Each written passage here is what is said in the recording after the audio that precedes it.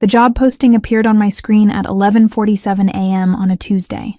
I remember the exact time because I'd been refreshing the same employment website for 3 hours straight, watching positions disappear and reappear like a cruel game. Most required experience I didn't have, or backgrounds I couldn't fabricate. This one was different.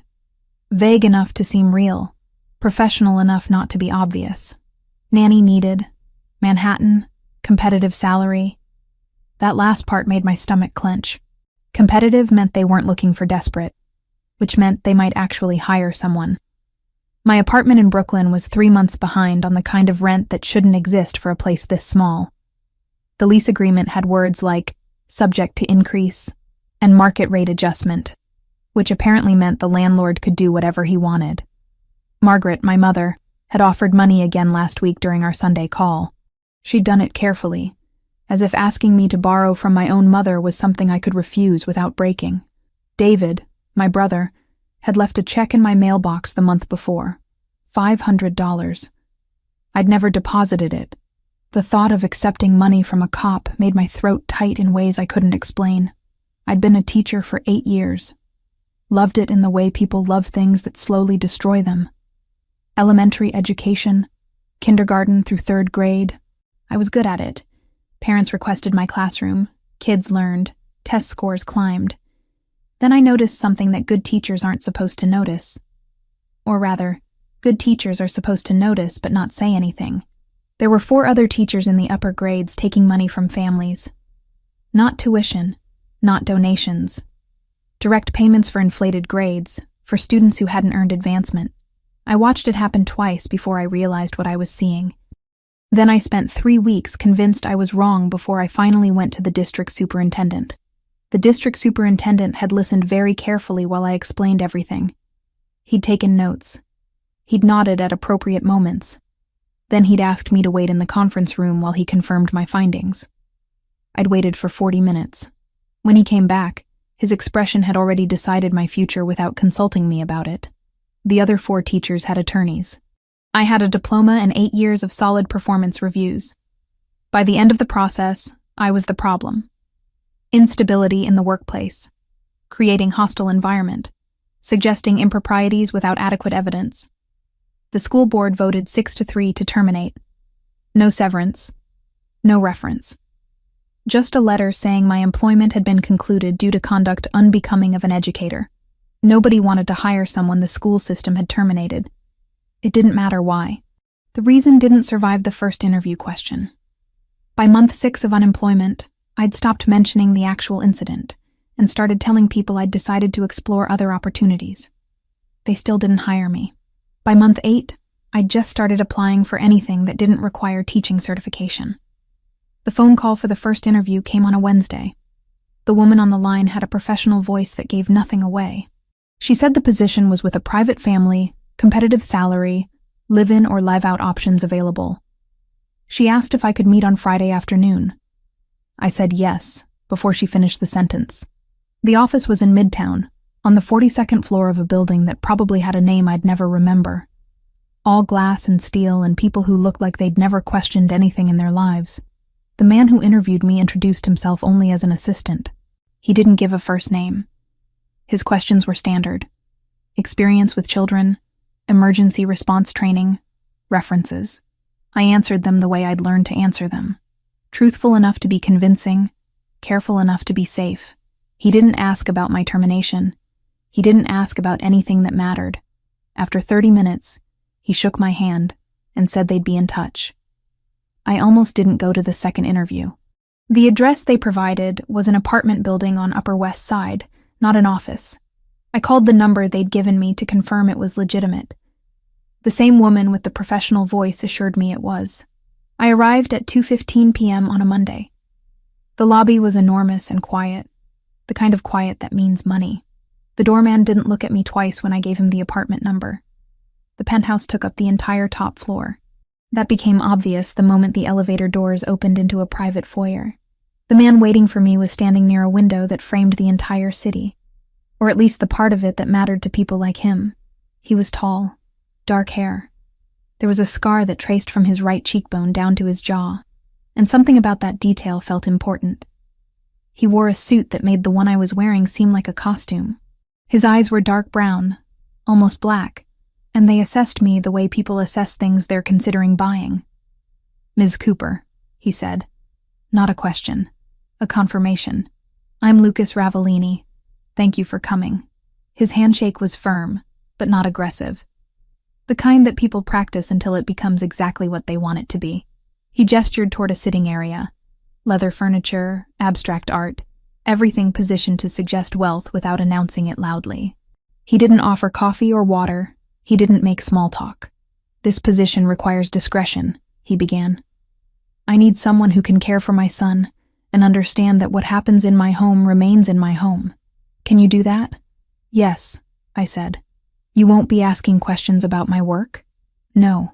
He studied me for another moment, and I realized I'd passed whatever that first test was. My son is 4. He's intelligent, capable of manipulation, and currently refusing nannies. His last 4 caregivers left because he rejected them. I'm going to have him choose the person who works with him. You'll be one of 5 candidates. He'll choose one. That person will be hired. The logic of it was strange, letting a 4-year-old make employment decisions. But I understood immediately what he was actually saying. He wasn't testing nannies. He was testing children's intuition, which meant something had happened to make him trust a child's judgment more than his own. "When?" I asked. "Friday evening, here, you and 4 other women. Mateo will be present. Then he decides." I should have asked more questions. Should have expressed concern about the arrangement or requested clarification about my actual responsibilities. Instead, I said, "I'll be here," and he walked me to the elevator without another word. Friday arrived with the kind of weight that comes before something changes. I wore simple clothes, dark pants, a green blouse the color of shallow water, no jewelry except my watch, no perfume. I wanted to be neutral, undemanding, almost invisible. The women who arrived before me were not invisible. The first one wore heels that probably cost more than I made in a month. The second had a diamond ring that caught light like it was personally offended by darkness. The third arrived with a designer bag and the kind of smile that suggested she'd never heard the word no. The fourth wore something that might have been Prada. I couldn't tell anymore. I'd been away from that world too long. They circled Mateo like he was a prize to be won. They offered toys pulled from expensive bags. They promised Disneyland and theme parks and adventures. They laughed loudly and touched him constantly and treated him like he was something to be performed for. Mateo looked increasingly trapped. Lucas watched from a chair positioned at the edge of the room, holding a glass of something amber. He didn't look at the women. He looked at me. And more specifically, he watched what I did after I realized that approaching the child like the others had wasn't going to work. I sat down on the floor, not kneeling, not assuming a subservient position, just sitting, the way someone sits when their legs stop working. I waited. The 4 other women continued their performance. Mateo's eyes began to dart between them and me. He looked confused. Then something in his face shifted. Probably he was old enough to recognize desperation, even if he didn't have a word for it yet. Desperation to be liked, to be chosen, to win. I wasn't desperate to be liked. I was just sitting on the floor. 15 minutes passed. Mateo started to cry. Not the performed cry he'd been using earlier. This was different, confused and overwhelmed. The cry of a small person who'd been given too much attention too quickly and couldn't process it. The 4 women immediately stopped their performance and looked at Lucas, waiting for instruction. I reached out slightly and waited. I didn't move closer. I didn't extend my hand further than my body. I just indicated, through the smallest possible gesture, that I was here if he wanted me. Mateo moved toward me like I'd pulled him with a rope. He buried his face in my chest, and his whole body shook with the kind of crying that comes from somewhere real. The other women exchanged glances. One of them checked her phone. Another adjusted her bag. Lucas set down his glass. "Monday," he said to me, not to them. "You start Monday. 1-month contract. We'll see how it works." The other women were still leaving their contact information, still talking about their experience, still competing for something they'd already lost. I didn't look at them. I was focused on the small body pressed against me, on the fact that this child, traumatized, testing, wounded in ways I hadn't yet identified, had somehow recognized that I wasn't performing anything, that I was just present, that sometimes, for a person who'd learned not to trust, presence is enough. My alarm went off at 6:30 on my first Monday, though I'd been awake since 5. The penthouse was silent in that particular way that only existed in places where money had purchased quiet. No neighbors, no city noise filtering through thin walls, just the sound of my own breathing and the weight of everything I didn't understand about this job. The room Lucas had given me was on the second floor, separated from Mateo's bedroom by a hallway and 3 closed doors. It was decorated in shades of gray and white, furniture that looked expensive but felt untouched, like a hotel room that had never actually been lived in. I'd unpacked my possessions in approximately 4 minutes. My wardrobe looked pathetic, hanging in the walk-in closet that could have housed a family of 4. Mateo didn't come looking for me that first morning. Instead, I heard him moving around the floor above at 6:45, the kind of movement that suggested he was jumping on furniture. I climbed the back staircase, found his room, and discovered him mid-leap on his bed, still wearing pajamas covered in dinosaurs. "Good morning," I said from the doorway. I didn't ask permission to enter. I didn't make a big show of appearing. I just materialized, the way Hannah would be part of this routine, whether he wanted it or not. He landed hard on his backside and stared at me for a long moment. Then he said, "You're the one." "Yes, I'm the one. Are you going to leave?" His voice was small, smaller than it should have been for a 4-year-old. "No," I said. "That's the arrangement. I'm not a maybe. I'm a yes." He considered this with the gravity of someone much older, then flopped backward on his mattress. "Okay, I'm hungry." Breakfast became the first real test. Mateo wanted cereal that I couldn't find.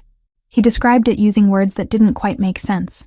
Something about dinosaurs and colors and crunchy things. I didn't dismiss him. I didn't tell him we'd eat something else.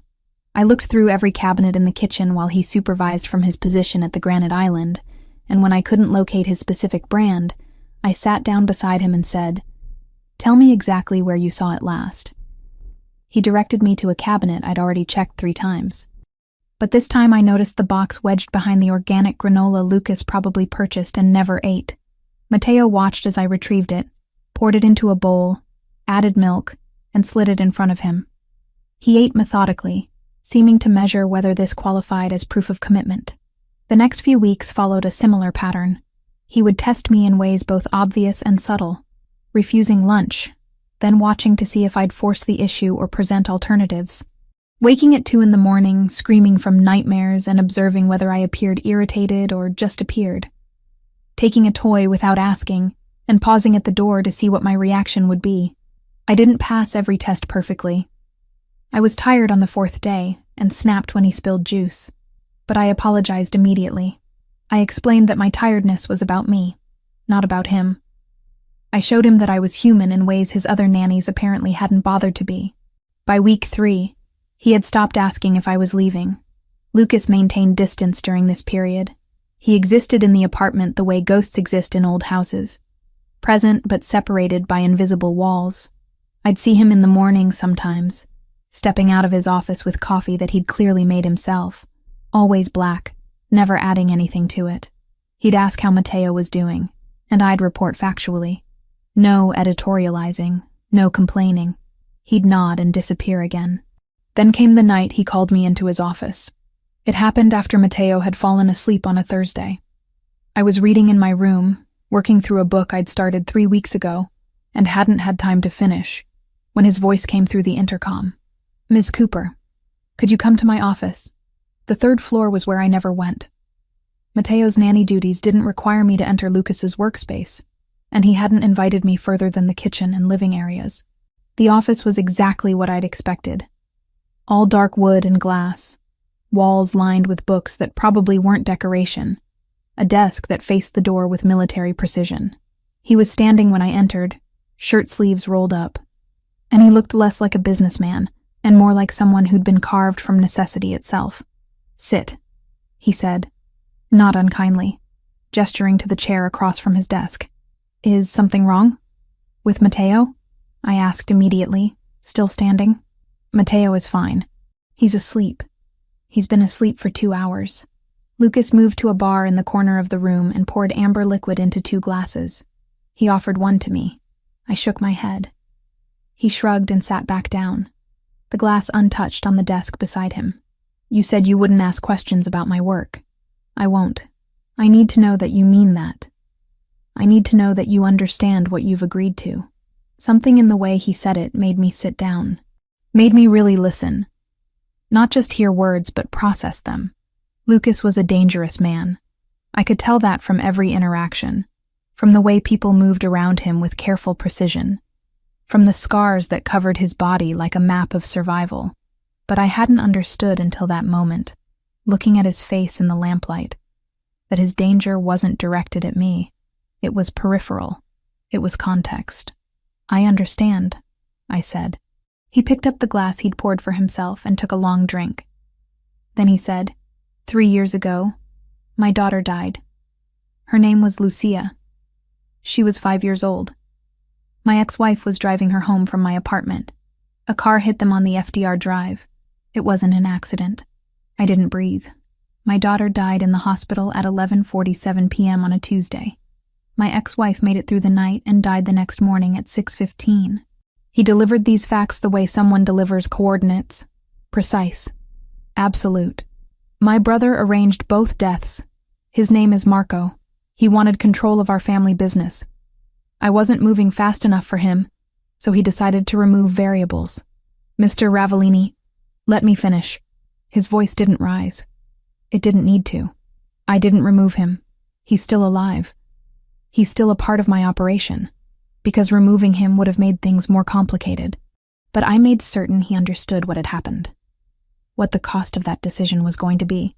I understood then why Mateo woke screaming, why he tested every single person who entered his life, why a 4-year-old had learned to move through the world like someone already wounded.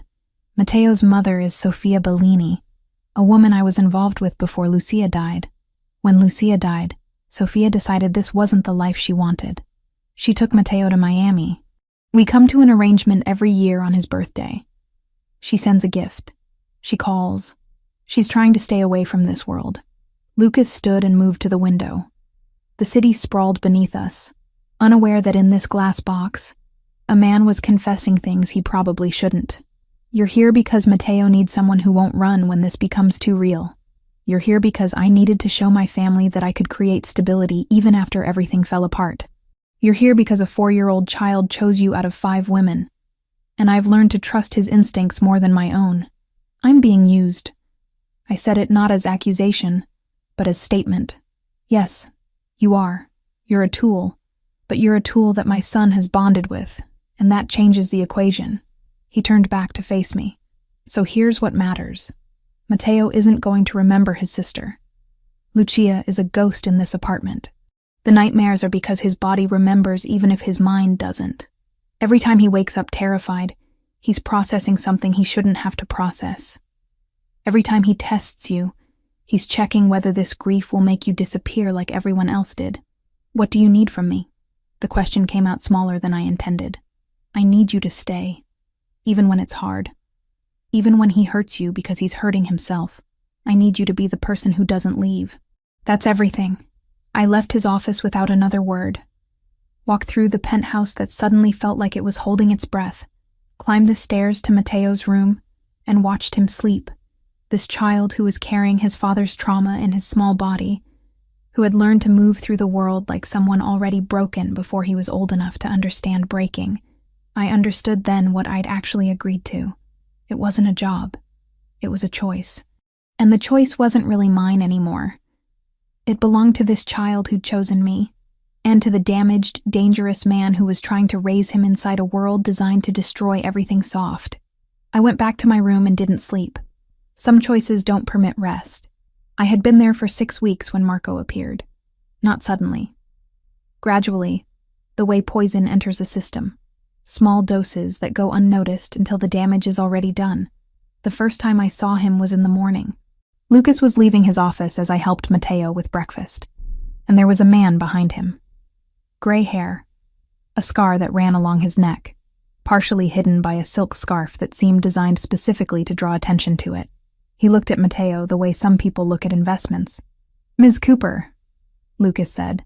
His voice, flat in a way I was learning, meant something was wrong. "This is my brother, Marco." He was just leaving. Marco smiled. Not the kind of smile that involved warmth. The kind that used the lips as a weapon. "So, this is the famous Nanny. The one who captured our little Mateo's heart." "I'm just doing my job," I said, keeping my hand on Mateo's shoulder. "Of course you are." He looked at Mateo directly then. "Your father tells me you're very happy with Miss Cooper, that she's becoming very important to you." Mateo's body stiffened against me. He didn't answer. Lucas moved between them. "Marco, you have somewhere to be." After that, I noticed Marco coming regularly. Thursdays, mostly, sometimes Wednesdays. He'd arrive in the afternoon and disappear into Lucas's office, and I'd hear muffled voices that occasionally rose to something approaching aggression. Mateo would become withdrawn on those days, pulling into himself like a plant wilting under fluorescent light. His nightmares came more frequently. His testing behavior intensified. It was on a Thursday when I made the mistake of being in the hallway outside Lucas's office while Marco was there. I wasn't trying to listen. I was carrying laundry down to the utility room on the ground floor and happened to pass the slightly open office door. What I heard stopped me in place. "She's a tool, Lucas. Nothing more. She serves her purpose right now. Shows the council that you're stable, that you can maintain normalcy around your heir, but she's also a weakness." Marco's voice carried the particular confidence of someone who'd never been wrong about anything. "A woman like that, she'll eventually understand what you are, what your world demands. She'll leave, and when she does, you'll look weak. You'll look like you've lost control." I should have kept walking. The laundry in my arms was still warm from the dryer, and I needed to get it to the bedrooms before Mateo's bedtime routine. But I stood in the hallway, invisible, listening. "Hannah isn't going anywhere," Lucas said. "How do you know? Because a 4-year-old boy chose her? Mateo chooses based on emotion, not logic. He'll attach to anyone who shows him basic kindness. Give it time. When the novelty wears off, when she realizes that loving you means living with the constant threat of violence, when she understands that her safety is contingent on your ability to maintain power, she'll run. They always run." There was a long pause.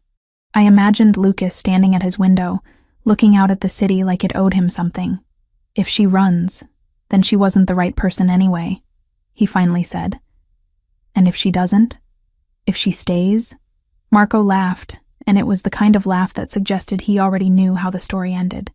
"Then you've given her leverage. A woman who stays in this world becomes a liability. She'll know too much. She'll be a security risk. You'll have to decide whether to keep her close or eliminate the problem." The laundry basket grew heavier in my arms. I understood then what I'd already suspected, but hadn't fully accepted. I was being used. Not maliciously, perhaps, but deliberately. I was a chess piece, and Lucas was calculating whether I was worth the space I took up on the board. I went downstairs and folded the laundry with hands that felt like they belonged to someone else. By the time Marco left 2 hours later, I'd convinced myself that it didn't matter. I was staying for Mateo, not for Lucas. The difference seemed important then. That night, after Mateo fell asleep, I sat on his bedroom floor and watched him dream. His face was peaceful in sleep, all the tension and fear temporarily suspended. When he woke up, he'd go back to his tests. He'd check whether I was still here. He'd measure my commitment through the small wounds he could inflict and monitor how I reacted. I understood that now. He was doing to me what the world was doing to him, measuring capacity for betrayal. I must have fallen asleep on his floor because I woke to complete darkness and the knowledge that something was catastrophically wrong. Not a sound, not a light, just the absence of something essential. The air felt wrong. The silence felt wrong. I knew before I opened my eyes that Mateo's bed was empty. His blankets were tangled on the mattress. The window was closed and locked from the inside. His nightlight still cast its lavender glow across the empty space where he should have been. I ran. Screaming his name, I ran through the hallway to Lucas's bedroom. He was already awake, already moving. My panic must have communicated itself because he didn't ask questions. He just grabbed his phone and made 3 calls while pulling on clothes. Each call was a single sentence delivered in a voice that sounded like it was carved from stone. He's gone. Central Park. Send everyone. The next hours existed in a state of suspended reality. I sat in Mateo's room while Lucas coordinated the search through his phone. His men moved through the penthouse, checking every location, every window, every possibility. I held his stuffed rabbit and tried not to imagine scenarios that my mind kept generating anyway. At 1:47 a.m., Lucas's phone rang. He listened to something, and his entire body went rigid. Then he was moving, kissing the top of my head without seeming to notice he was doing it, and saying, "I'll be back with him." He was gone for 53 minutes. I counted them. One, and every single one felt like watching blood leak from a wound I couldn't apply pressure to. When he returned, Mateo was asleep in his arms. The child's pajamas were wet with dew. His hair was damp. He looked smaller somehow, diminished by whatever had happened in the hours he'd been gone. I took him from Lucas without asking questions, carried him to his bed and lay beside him, my entire body vibrating with a fear so complete it felt like I might fracture into pieces. "Marco," Lucas said from the doorway. His voice was level, which was somehow worse than if he'd been shouting. He wanted to test the security, wanted to see if he could take Mateo without triggering the system. He wanted to see if I'd come. "Did you come?" I asked. "I came." That was all he said before he left again. I stayed with Mateo until morning, my hand on his chest, feeling his small heart beat against my palm. When he woke up, he asked if I loved him. I said yes. He asked if I was going to leave. I said no. He asked how he could be sure. I didn't have an answer that satisfied either of us. So I just held him closer and made a choice I didn't know I was making. I was staying, not because of Lucas, not even because of some noble idea about what Mateo needed. I was staying because Marco was right about one thing. I already knew too much. And running now would be a betrayal so complete it would confirm every fear this traumatized child carried. I'd become essential to his survival, which meant I'd become trapped here too. We were both prisoners now. The only difference was that he'd been born into it, and I'd walked into it willingly. 3 days after Mateo disappeared and was found in Central Park, Lucas called me to his office. Not with an intercom this time, but in person. He appeared at my bedroom door just after I'd put Mateo down for his afternoon nap, his presence filling the entire hallway with something heavy and unavoidable. He looked like he hadn't slept in days. His shirt was untucked. His dark eyes had taken on a hollowness that suggested he'd been staring at things no one should have to see. "I need to talk to you," he said. Not a request, not a question, a statement that left no room for negotiation. I followed him down to the 3rd floor, to that office that had become the epicenter of every significant conversation we'd had. He didn't offer me anything to drink this time. He didn't sit. He stood at the window with his hands pressed against the glass, as if trying to push through it into some other version of New York, where none of this existed. "You asked me a question last week," I said, before he could begin. I needed to establish that I'd been paying attention, that I wasn't the kind of person who'd accept convenient half-truths. "You told me about your daughter. You said she was 5 and that your ex-wife took her to Miami. But that's not the real story, is it?" He turned slowly, studying my face with an intensity that made me understand why people were afraid of him. "What makes you think there's a different story? Because Mateo wakes up at 3 in the morning screaming. Because you look at him sometimes like you're measuring whether he'll survive what you can't protect him from. Because Marco visits and Mateo gets quieter and quieter each time." I sat down without permission, crossing my legs as if I had any authority in this room. Because nothing about this situation makes sense unless there's something much worse underneath it. Lucas moved from the window and poured himself whiskey from the decanter on his bar. He drank it in one long swallow, then poured again. Only then did he speak, and his voice sounded like it was coming from very far away, as if he was narrating something that had happened to someone else entirely. "Lucia was my daughter. Catherine's daughter, too. She was 5 years old. She lived with Catherine in Park Slope, and I had her every weekend and most holidays. We had an arrangement, Catherine and I. Civil. Organized. The way divorced people manage when they've decided they can't be together but still care enough to cooperate." He paused. And in that pause, I could hear the weight of every word he was about to speak. 3 years ago in March, I was supposed to pick her up on a Friday. Catherine was going to drop her at my apartment around 4 in the afternoon. They never made it. On the FDR Drive heading downtown, a vehicle hit theirs deliberately. The collision was orchestrated. Another car accelerated directly into them from the driver's side. My stomach began to do something complicated and involuntary. Catherine was trapped in the vehicle for 40 minutes while paramedics worked to extract her. By the time they got her out, she was already losing consciousness. Internal bleeding they couldn't stop. She made it through the night in ICU. Saturday morning at 6:15, her body simply decided it was finished. Lucas set down his glass and looked directly at me. Lucia was in the back seat. The impact crushed that entire side of the vehicle. When I found her at the hospital, she was conscious. She kept asking for her mother. She kept saying her leg hurt. The doctors thought she'd survive. Broken femur, internal bruising, nothing that should have been fatal. He walked to his desk and opened a drawer, pulling out a photograph. He didn't show it to me. He just held it, looking at something I couldn't see. By midnight, a blood clot that nobody had identified had moved to her lungs. She went into respiratory distress at 11:23. She was gone by 11:47. The office became very quiet. The kind of quiet that happens after something has been irrevocably broken. The investigation determined it was intentional. The driver of the vehicle used a burner phone to coordinate the collision. The car was reported stolen 10 minutes after impact. No suspects, no leads, just 2 dead people and 1 case file that went nowhere. Marco, I said. Marco? Yes.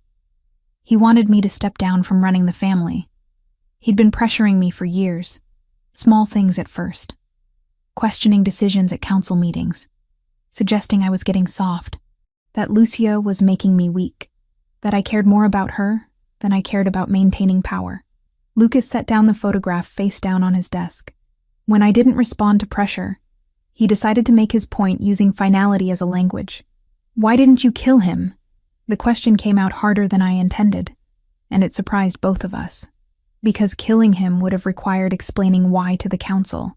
Explaining would have meant admitting that my brother orchestrated the deaths of my child and ex-wife, that I had failed to protect them. In my world, that's a fatal weakness. Literally. It means I can't be trusted with power if I can't protect what matters most. He walked back to the window, and I saw his reflection in the glass. For a moment, he looked like just a man. Not a dangerous one. Just someone carrying more weight than his body could reasonably hold. So instead, I left him alive. I let him continue operating. I watched him. I made certain he understood exactly what I knew. I made certain he understood that anything else he tried, anything at all, would result in his death. But I didn't kill him immediately, because that would have raised questions. Explained too much. Made me look unstable. But he's still here, I said quietly. He comes to the penthouse. He looks at Matteo like what? Lucas turned back to face me. Like he's measuring what he destroyed. Like he's making sure the damage is complete. He does that because I allow it. Because controlling him is easier than replacing him. Because maintaining the appearance of family unity is part of how I maintain power. Lucas sat down finally, and he looked completely exhausted. Because I have one surviving child, and I am determined that he grows up believing his father still has the capacity to protect him, even when the truth is that I failed before, and I could fail again. I understood then, all of it. The structure of Matteo's fear, the way he tested every interaction, his inability to believe that anyone would stay when staying involved this much danger. His father had survived the destruction of his own child through sheer force of will and brutality. And he'd decided that his remaining son would survive by learning that trust was conditional, that people left, that the world was fundamentally unsafe. Sophia, I said, Matteo's mother, she knows? She knows part of it. She was with me when Lucia died. She watched me become what I needed to become in order to survive it. She made her choice that day. She couldn't raise a child in the shadow of that kind of violence. I respect her for it. I've provided for her financially ever since. She's in Miami. She's in Miami. She sends gifts on Matteo's birthday. She calls on holidays. She exists in his life as a ghost. the way Lucia exists as a ghost. The difference is that Sophia made the choice to become a ghost. Lucia didn't have that choice. I sat back in the chair, trying to process a story that was too large to fit inside the normal boundaries of understanding. This wasn't a man who'd had something go wrong. This was a man who'd been systematically dismantled by someone he was related to, and had chosen to continue existing anyway. "Why are you telling me this?" I asked. "Because I need to know that you understand what you're agreeing to. That you comprehend that Matteo's entire existence is shadowed by violence you didn't cause, but will have to live alongside anyway. That by staying, you're not just becoming his nanny. You're becoming a target." Lucas leaned forward. "That by staying, you're accepting that Marco will continue to exist in our periphery, testing boundaries, measuring whether I've truly secured what I'm trying to protect. You said something to me once," I began, searching for the right words. "You said I was a tool, that I was being used to show the council something about power and stability." "I did say that. Is that still true?" Lucas was quiet for a very long time. "It's true that you serve a purpose. It's true that your presence in this apartment communicates something to the people who matter. But it's also true that Matteo has bonded with you in ways I didn't anticipate. It's true that you've changed what I thought this situation would be.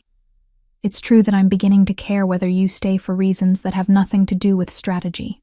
He stood and walked to the bar, but this time he didn't pour for himself. He poured 2 glasses and handed me one. I didn't drink it. I just held it, feeling the weight of the crystal, feeling the weight of every choice I hadn't made but had fallen into anyway. "So here's what I need to know," Lucas said. "Can you stay knowing all of this? Can you commit to being present for this child while understanding that the danger is real and ongoing? Can you accept that I'm using you even as I'm trying not to use you? Can you love both of us without breaking under the weight of it?" I looked at the glass in my hands. I thought about Matteo upstairs, sleeping the sleep of a child who'd learned not to trust his own safety. I thought about Lucas carrying the corpse of his murdered daughter through 3 years of calculated vengeance. I thought about Marco waiting for his next opportunity to destroy what Lucas was trying to build. "Yes," I said. "I can stay." 3 months had passed since I first arrived at the penthouse, and the machinery of our lives had begun to shift in ways that felt both inevitable and terrifying. Lucas slept better now. Not well. Not in any way that suggested genuine peace, but the screaming had stopped. The nightmares still came, especially around 3 in the morning when the city held its breath before dawn. But now when he jolted awake with his body rigid and his breathing ragged, I was there beside him. I'd learned to recognize the moment when consciousness returned, when he remembered where he was and who was lying next to him.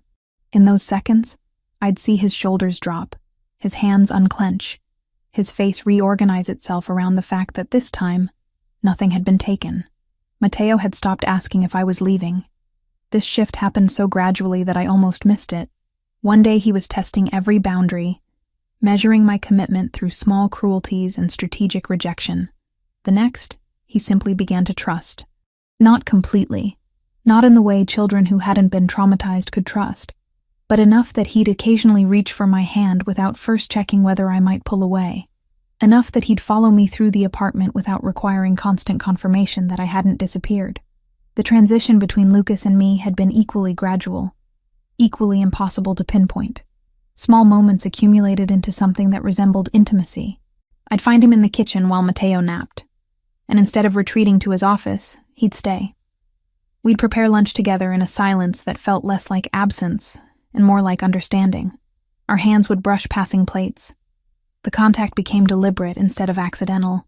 He began leaving notes in places I'd find them. Not love letters, just observations. Something I'd said that he'd been thinking about. A reminder that he was paying attention to the specific details of my existence.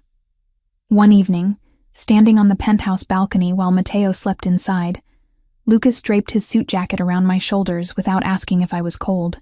I hadn't mentioned the slight chill that had settled across the terrace.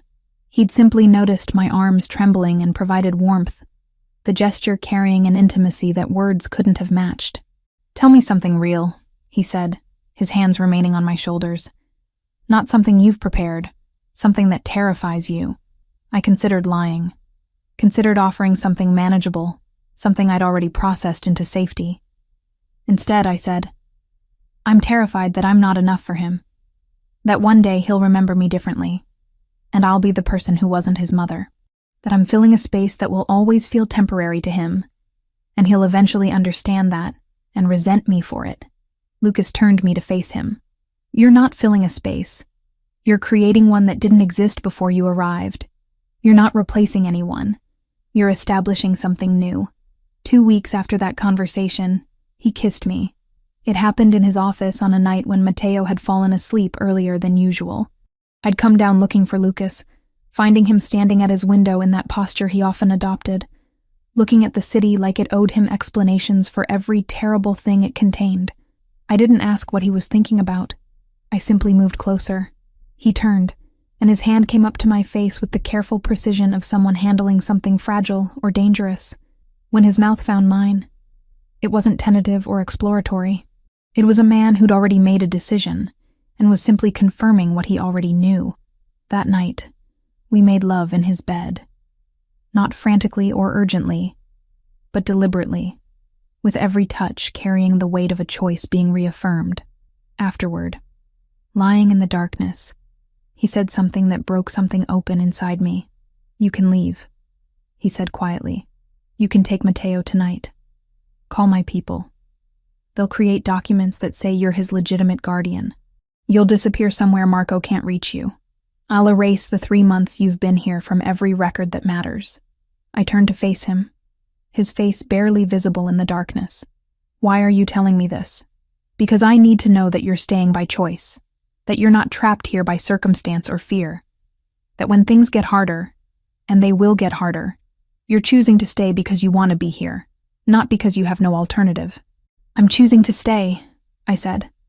Even if leaving would be safer, leaving would never be safe. Not for him. You know that. Lucas pulled me closer, his arms tightening around me. Then we're doing this. All of it. Every difficult thing that comes with this. 6 weeks after that conversation, we existed as something resembling a family. Mateo stopped his constant testing and began asking Lucas questions about things that mattered. He'd wake on weekend mornings and ask if Lucas would make breakfast instead of automatically assuming I would. He started holding both our hands sometimes when we walked through the apartment. The physical world had reorganized itself around the 3 of us, and something that had felt like a temporary arrangement was beginning to feel like permanence. Then the security alarm started malfunctioning. Small failures at first.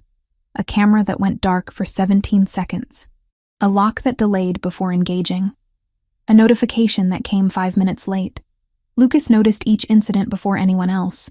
His body going rigid in a way I'd learned meant his mind was calculating trajectories and probabilities. He'd pull me aside and ask me quietly to notice exits, to remember the service stairwells, to understand that what was happening was precisely what he'd been anticipating. The triad, he said one evening while Mateo slept. They're testing. Marco arranged it. He's using outside players to evaluate whether I've actually secured what I claimed to secure, whether Mateo is actually protected. On the night it happened, there was no warning. I was in the kitchen with Mateo, teaching him to make pasta dough, his small hands covered in flour, his concentration absolute. Lucas took a phone call in his office and his voice changed. It became the voice of someone I'd never heard before, someone carved from necessity and violence. He appeared in the doorway and looked at me with an expression that contained a single instruction. Pack a bag. Essential things only. Do it now. What's happening? I asked, already moving. Triad. Security is compromised. They're coming through the service entrance. You need to take Mateo and go. Now. I didn't ask more questions. I grabbed Mateo and a backpack I kept prepared for this specific scenario. We ran down the service stairs that Lucas had shown me weeks ago, through corridors I'd memorized for exactly this reason. Behind us, I could hear the penthouse being breached, alarms finally screaming to life too late to matter. We emerged into the New York night, and I ran. Not thinking, not reasoning. Simply moving with a child in my arms toward the one place I knew they wouldn't follow. Toward my brother David, in Brooklyn, where the Mafia of Manhattan was just a story told in bars late at night. David's apartment was exactly what the penthouse wasn't. Small. Cluttered. lived in. When he opened the door and saw me standing there with Mateo and terror written across my face, he didn't ask questions. He was a cop who understood complicated situations, but more importantly, he was my brother. "Come in," he said. "Don't worry, they won't find you here." Mateo fell asleep on David's couch, while I sat on the fire escape watching the street. Every sound a potential threat, every car a possibility that they'd found us. David brought me coffee at 2 a.m. and sat beside me without speaking. Sometimes family means understanding what needs to be said and choosing silence instead. Lucas arrived at noon the next day. When I opened the door, I barely recognized him. He was covered in blood that didn't belong to him, dressed in clothes that suggested he'd been in places I didn't want to imagine. But his eyes were clear. His hands were steady. He looked at me like I was the only real thing in a world that had momentarily become theoretical. "You kept him safe," he said. Not a question. A statement of fact that seemed to matter more than anything else in existence. "Yes," I said. "Then we're building this. We're making something that survives everything Marco tries to destroy." He kissed the top of my head and walked past me to where Mateo was sleeping, and in that moment, I understood what staying truly meant. It meant witnessing a man become capable of anything to protect what he loved. It meant accepting that love in this world came with a cost measured in blood and broken bodies and impossible choices. It meant choosing to stay knowing exactly what that choice would demand from both of us. 3 weeks in David's apartment became a strange kind of purgatory. Not the worst situation, but not safety either. We existed in a state of suspended animation, waiting for Lucas to reorganize whatever had been shattered during the attack. Mateo adapted quickly to the small space, to my brother's awkward attempts at entertaining a 4-year-old, to the reality that the penthouse was no longer accessible. He didn't ask many questions about why we'd left or when we were going back. Children who'd experienced trauma understood instinctively that explanations were often lies meant to comfort adults, not truths meant to clarify situations. David moved through those 3 weeks with visible tension. As a cop, he understood exactly what Lucas Ravellini was, what his world contained, what violence looked like when it wasn't reported to the authorities. As my brother, he also understood that I'd made a choice that couldn't be unmade. The conflict played across his face every morning when he'd find me on his fire escape before dawn, watching the street like some medieval guard looking for invading armies. "You can stay here," he said one morning, bringing me terrible coffee he'd made himself. "Permanently. I can file papers. You'd have custody through legal channels. They'd never touch you. They'd find us," I said quietly. "And when they did, Lucas would level this entire neighborhood looking for us. You know that." David set down his coffee cup with deliberate care. "I know that, which is why I'm asking whether this is what you actually want, or what you've convinced yourself you have to accept." "It's both," I said. "It's always both." Lucas called every evening at 6 o'clock. Never from the same number. Always brief. Always coded in language that suggested he was conducting multiple conversations on multiple levels. He'd ask about Mateo, ask if I was safe, ask if David was treating us well. Then he'd give me updates that contained information only I would understand. The triad had been dealt with. Marco had been disciplined. The penthouse was secure again. Security had been increased. Everything was ready for our return. On the 14th day, my mother Margaret arrived at David's apartment without calling first. She'd simply shown up with groceries and determination, her nurse's intuition having told her something was drastically wrong. David hadn't wanted to tell her. I'd asked him not to. But Margaret knew her children well enough to recognize catastrophe masquerading as normalcy. When she saw me on David's couch with Mateo sleeping against my shoulder, something in her face reorganized itself. She'd worked in hospitals for 40 years. She'd seen families in crisis. She understood the specific exhaustion that came from protecting someone else's survival. "Tell me," she said, sitting down across from us. I told her everything, not sparing details, not softening the reality of what Lucas was or what kind of world he inhabited. Margaret listened the way mothers listen, absorbing information not to judge but to understand what her daughter had actually chosen. When I finished, she was quiet for a very long time. "Does he treat Mateo well?" she finally asked. "Yes." "Does he treat you well?" He's trying to. He's limited by what he is. But yes. Then you have to decide whether love is something you measure by normal standards, or whether you measure it by the context you're actually living in. Margaret reached across and touched Mateo's sleeping face gently. I married your father knowing he drank. I stayed knowing it would probably destroy me. I'm not recommending that choice. I'm just saying that sometimes we love people not because they're good, but because we're invested in the specific ways they're trying to be better. On day 18, Lucas came to David's apartment himself. It was reckless. It was dangerous. It was also a statement. He walked into my brother's living room like a man declaring war on the very concept of caution, and David, recognizing the gesture for what it was, stepped back and let him approach me. Lucas looked transformed. His clothes were expensive but less formal. He'd shaved, but there was still a darkness around his eyes that suggested he hadn't slept in days. He carried something small in his hand, a box. I need to ask you something, he said, addressing me while aware that David and Margaret were both watching. And I need you to understand that my asking is not strategic. It's not about what the council thinks or what Marco might do. It's about the fact that I can't imagine continuing to exist without you. He opened the box. Inside was a ring.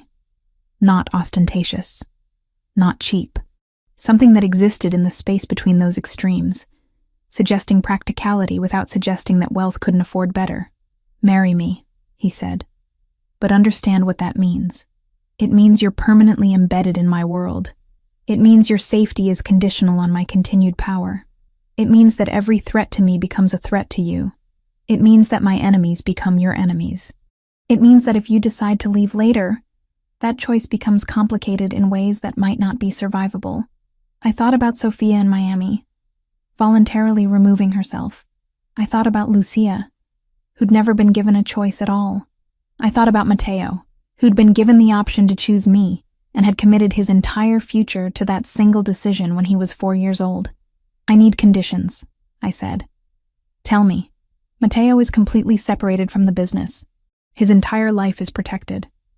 Whatever happens, he grows up outside this. He doesn't know about it unless he chooses to know. Yes, Lucas said immediately. Marco is dealt with, not killed. I won't carry that, but removed. Somewhere he can't threaten us. He's being sent to Palermo. Family property. Indefinite exile with enough money to live comfortably, but not enough to rebuild power. Sophia is respected. Her connection to you remains financial and biological, but nothing more. She's not pulled back into this. She already made her choice to leave. I protect that choice. And my mother and David are protected. Quietly. They don't know they're being protected, but they're protected. Lucas reached out and pulled me toward him. Hannah, I already arranged that the moment I knew where you'd gone. I looked at the ring, and then at Lucas, and then at my brother and my mother, watching from across the room, and I understood that this was the moment where choice became commitment, where temporary became permanent, where the story became real. Yes, I said, I'll marry you. Lucas slipped the ring onto my finger, and it fit perfectly, which seemed like the most impossible thing about any of this, that something so measured and exact could exist in a world of chaos and violence and impossible choices. David cleared his throat. So, I guess you're leaving Brooklyn. Yes, I said. And you're going back to the penthouse. Yes. David stood and walked to Lucas and extended his hand. The grip they exchanged carried an entire negotiation. David was accepting that his sister had chosen this. Lucas was accepting that David would be watching, that a cop would be forever aware of exactly what Lucas was. It was not friendship. It was mutual recognition of boundaries. We returned to the penthouse on a weekday afternoon. The damage had been repaired. The security had been upgraded. Everything looked exactly as it had before, except for the weight of what had happened now lived inside the walls. Mateo ran to every room like he was confirming that we'd actually come back, that this hadn't been abandoned for something else. That evening, Lucas asked me to marry him again. Not with the ring this time. Just with his voice in the darkness of his bedroom. I'm already saying yes, I said. I know, but I need to ask because I need to confirm that you're choosing this every day, not just once. Every day, I promised. Even when it's hard. Especially then, he said. And I understood that this was what commitment looked like in his world. Not romantic gestures, not certainty, just the daily choice to stay, to believe, to try to build something real inside a structure designed to destroy everything soft. The wedding happened on a weekday morning at the Manhattan Marriage Bureau in the Civic Center. No church, no flowers arranged by someone else's vision. Just a judge who'd married hundreds of people in situations exactly like ours, and who didn't ask questions about the scar on Lucas's face or the protective way his hand never left my lower back. Mateo wore a suit that had been tailored to fit his small frame perfectly, and he carried the rings in a pillow that was probably worth more than my first car. When the judge asked if anyone objected, the courtroom stayed silent. My brother David sat in the back, his cop's posture rigid with the weight of understanding exactly what this ceremony meant. My mother Margaret held my hand before I walked to the judge, and she didn't speak, just squeezed once, a gesture containing everything she wanted to say but couldn't. I wore a dress in pale green that made me look less like a bride and more like someone who'd simply decided to get married. No veil, no elaborate updo, just my hair down and a single piece of jewelry Lucas had given me that morning, a necklace that contained his initials engraved inside, private, meaningful only to people who would never see it. When Lucas said his vows, he didn't recite something prepared. He looked directly at me and said, "I'm going to spend the rest of my life trying to deserve this. Trying to deserve you. Trying to deserve him." He gestured toward Mateo, who was watching with the gravity of a child who understood that something permanent was happening, that the temporary had just become permanent. Marco sent a bottle of champagne. Expensive, accompanied by a card that read, "To new beginnings and old endings." Lucas looked at the bottle for a very long time before setting it aside unopened. We didn't need Marco's blessing or his irony or his continued presence in any form. 3 months after the wedding, I discovered I was pregnant. Not planned, not unexpected either. Just something that happened when two people stopped using prevention as a barrier between themselves and the future. I took the test at midnight because I couldn't sleep, and I saw the positive result and just sat on the bathroom floor of the penthouse for an hour, trying to understand how the machinery of my life had reorganized itself so completely. Lucas found me there at 2 a.m. He didn't ask questions. He just sat beside me and read the test, and then looked at my face and understood everything I was feeling without me having to translate it into words. "Are you staying?" he asked. Not, "Do you want to stay?" Not, "Can you handle this?" Just the simple question that had become the foundation of everything we'd built. "Yes," I said. "I'm staying." "Then we're having a daughter," he said. "Because you know we're having a daughter, right?" "How do you know that?" "Because the universe owes me one. And because I think you need to experience something that doesn't come with the weight of my family attached to it." Over the following weeks, as my body began to shift and change, Lucas became someone I'd never seen before, protective in ways that transcended possessiveness. He researched obstetrics, like he was preparing for military operation. He read books on pregnancy. He learned what foods I could and couldn't eat, what positions hurt, what times of day the nausea was worst.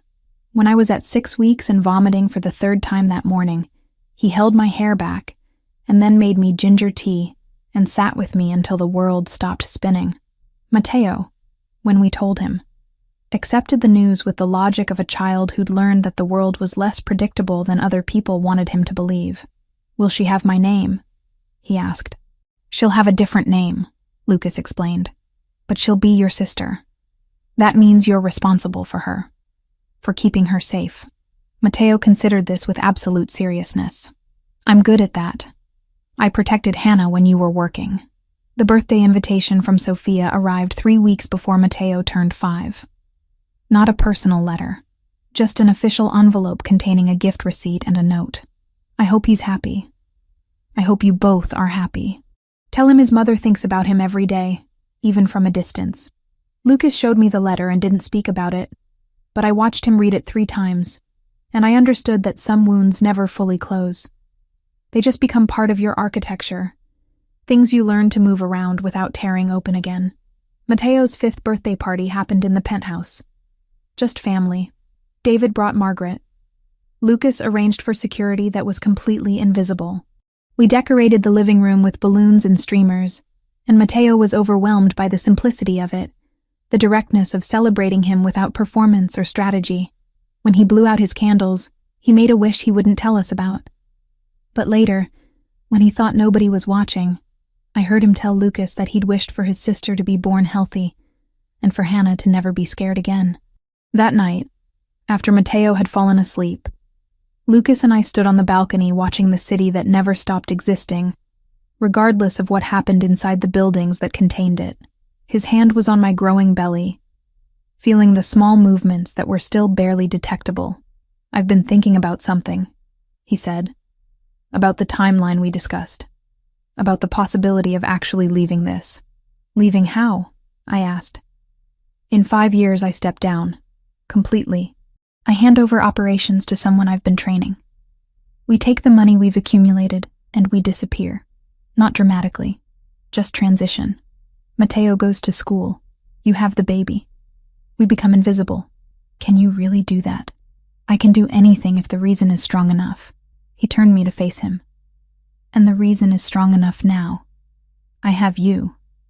I have him. I'm about to have her. That's enough. That's more than enough." The pregnancy progressed normally. The doctor Lucas hired, discreet, expensive, completely trustworthy, confirmed that everything was developing correctly. The baby was female. Everything was where it should be. At 7 months, I felt the first strong kick he could feel too. And I called Lucas from wherever he was and told him. And he came home within an hour just to put his hand on my belly and feel his daughter acknowledge her own existence. Mateo became increasingly involved in preparing for the baby's arrival. He helped me paint the nursery a soft yellow that suggested sunlight without being aggressive about it. He picked out furniture with the seriousness of someone selecting pieces for his own future. He asked questions about what babies needed and where they came from, and Lucas answered him with the same directness he'd used about everything else. No softening, no talking down. One evening, when I was 8 months pregnant and uncomfortable in ways I'd never been uncomfortable before, I found Lucas in the nursery looking at the small crib we'd assembled together. He was just standing there, staring at it like it was a portal to some version of the future he still wasn't entirely sure he deserved. "This is real," I said. It wasn't a question. "It's real," he confirmed. "And it's not going to be destroyed. I won't allow it. I'll burn the entire city before I allow anything to happen to her. Or to Mateo. Or to Mateo. Or to you. You're all I have now. You're everything." The months leading up to my due date were strange in their normality. Lucas still worked, but differently. Fewer nights away. More time at home. Mateo had started school at an elite private institution that Lucas's money had secured, and he came home excited about things like reading and mathematics, and a girl named Sophie who shared his lunch period. We fell into rhythms. Morning coffee in the kitchen while Mateo ate breakfast. Evenings when Lucas would read to me while I sat on the couch with my feet elevated, my belly enormous and demanding, my body preparing for the final transformation. My mother visited every weekend now. She'd bring groceries and sit with me and tell me stories about her own pregnancies, her own fears, her own journey toward accepting that love meant allowing yourself to be completely vulnerable to another person's existence. She'd touch my belly and talk to the baby inside me, and I'd watch Lucas observe this interaction, and I could see him understanding that Margaret was offering her blessing in the only way that mattered. David stopped by more frequently, too. He'd bring Mateo home from school sometimes and stay for dinner. He and Lucas had developed a strange sort of understanding, a recognition of each other's boundaries that suggested respect, if not quite friendship. One evening, David pulled me aside while Lucas was helping Mateo with homework. "You're happy," he said. It was statement, not question. "Yes," I said. "I'm happy, even knowing what he is, especially knowing what he is, because he's trying to be something different, and that matters more than what he was." By the 9th month, everything was ready. The nursery was complete. Mateo understood that his life was about to transform. Lucas had put his affairs in order in ways that suggested preparation for something permanent. My body was ready. The baby was ready. We were all positioned at the edge of something that would change everything. On the night before my labor actually began, Lucas held me in bed and said something he'd never said before. I love you. Not strategically, not as a tool, just completely. I love who you are and what you've chosen and what you're about to do. I love you. I fell asleep in his arms, knowing that this was the moment where everything had shifted from temporary to permanent, from contingent to absolute. The future was no longer something I was preparing to survive. It was something I was building. Labor started on a Tuesday morning at 4:30. I woke Lucas with a single word, and he was immediately conscious in the way people become conscious when they've been waiting for a specific moment for months. He had his phone in his hand before I'd finished explaining that the contractions were coming every 7 minutes. Before I could say anything else, the penthouse had transformed into coordinated action. David arrived first, which meant Lucas had called him before we'd even made it to the car. My brother had arranged to be available for exactly this reason, understanding that my labor would be a family moment, regardless of the circumstances that had created this family. Margaret arrived at the hospital while I was already in the delivery room, holding my mother's hand while Lucas paced between me and the door, unable to settle anywhere for longer than 30 seconds. The labor lasted 14 hours. Mateo had been induced after complications. This birth was the long, difficult kind that teaches you things about pain and endurance you didn't know your body could contain. Sometime around 6 in the evening, when I was certain I couldn't continue, the doctor told me that the baby was in the perfect position, that it was time, that I needed to push. I pushed. Once, twice, 3 times. And then she existed outside of my body, outside of the theoretical.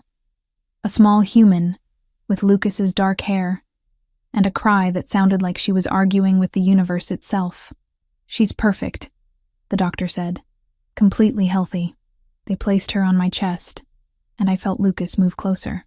When I looked up at him, he was crying. Not silently, not with restraint. Completely, openly crying.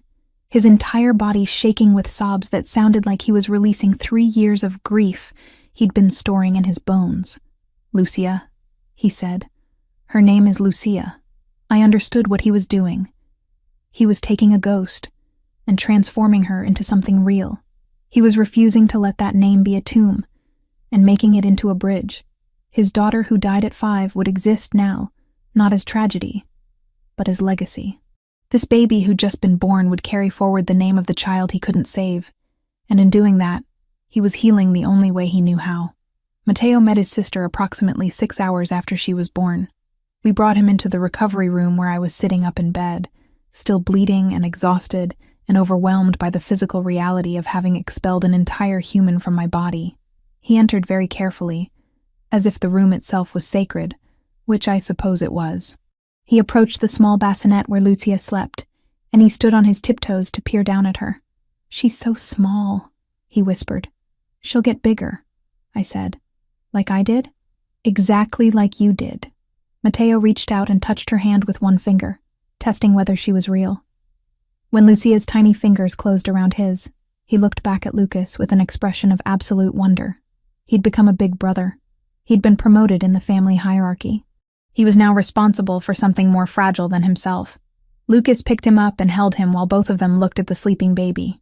I watched the 3 of them, and I understood that we weren't a tool anymore. We weren't strategic. We were a family that had chosen each other through fire and blood and impossible circumstances. 1 year passed. Lucia's first birthday happened on a Tuesday, celebrated with a small cake that Mateo helped me bake, decorated with a single candle because she wouldn't understand the significance anyway. Lucas held her while she looked at the flame, completely fascinated by the dancing light. Mateo sang happy birthday off-key, and Margaret filmed the entire thing on her phone while David pretended he wasn't filming too. The penthouse had transformed into a home. There were toys everywhere now. Drawings Mateo had made taped to the refrigerator. Photos of all 4 of us on the walls. Evidence of lived experience instead of strategic display. When Lucas walked through the apartment now, he moved differently. His shoulders were less rigid. His jaw stayed unclenched for longer periods.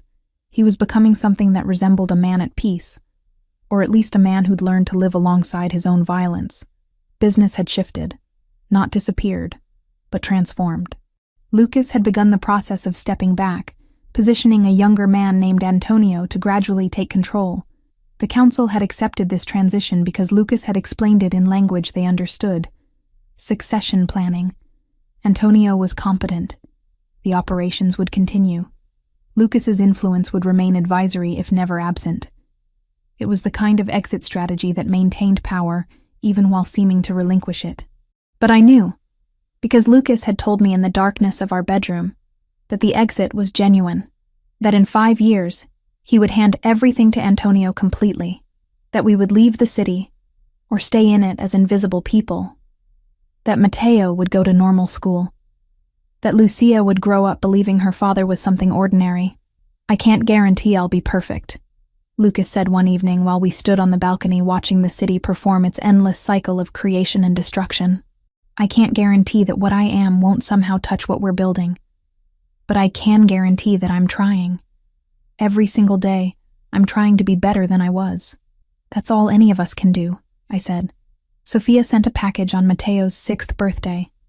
Inside was a letter addressed to him, written carefully in Spanish so that he would need his father to translate it. She explained that she was proud of how strong he was, that she regretted leaving but couldn't have stayed, that she hoped Hannah was taking good care of him, which she clearly was, that she would always love him from a distance because some kinds of love required distance to remain pure.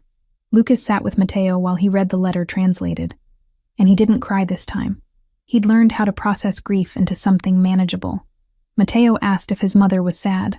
Lucas said yes, sometimes, but that her sadness was her responsibility, not Mateo's.